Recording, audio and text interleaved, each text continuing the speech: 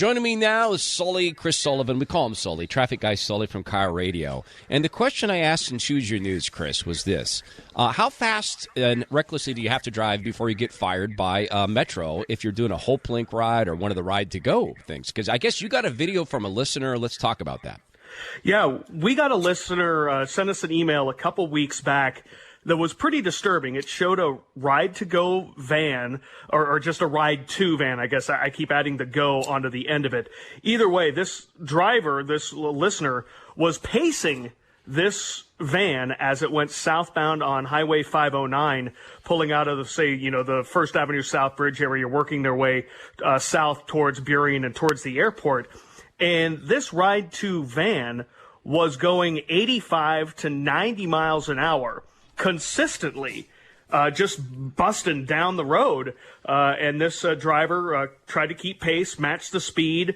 We got to see the video there of the speedometer and the car that was being followed. The van also made several interesting, and somewhat dangerous maneuvers as it made some exits, crossing over a gore point at one point before it made its way towards the airport. So, yeah, 85 to 90 miles an hour is what this ride-to van driver was doing, going southbound on 509. Well, it's really fascinating, Chris, because I've seen the video and I heard the driver's comments, kind of feeling bad about pacing the guy, but wanting to get this video. Then last night, I was in a cab with a guy named Daniel, happens to be a listener to the show.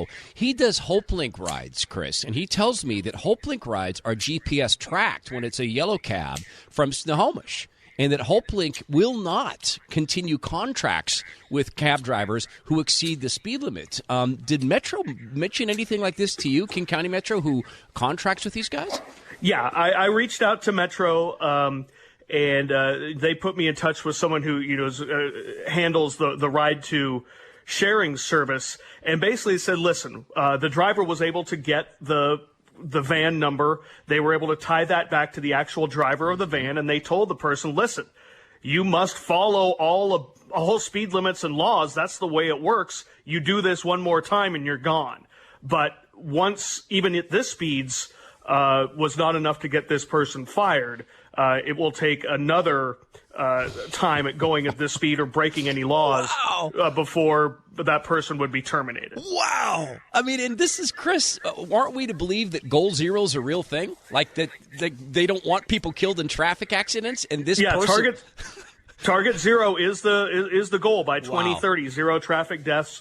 And let's not forget what Ride2 was created to do, was to try to provide on-call sort of transport for that last mile or 2 miles from your transit hub to your location. And I'm not sure where this guy was going, or I'm not sure, we don't know the sex or gender of the driver, but know that where this person was going or picking someone up. We do know there were no customers or passengers in the van at the time of this, so not exactly sure whether this person was late for a pickup or what, but there's just no excuse for going 85 or 90 miles an hour in a city/county/community run transit van at this point.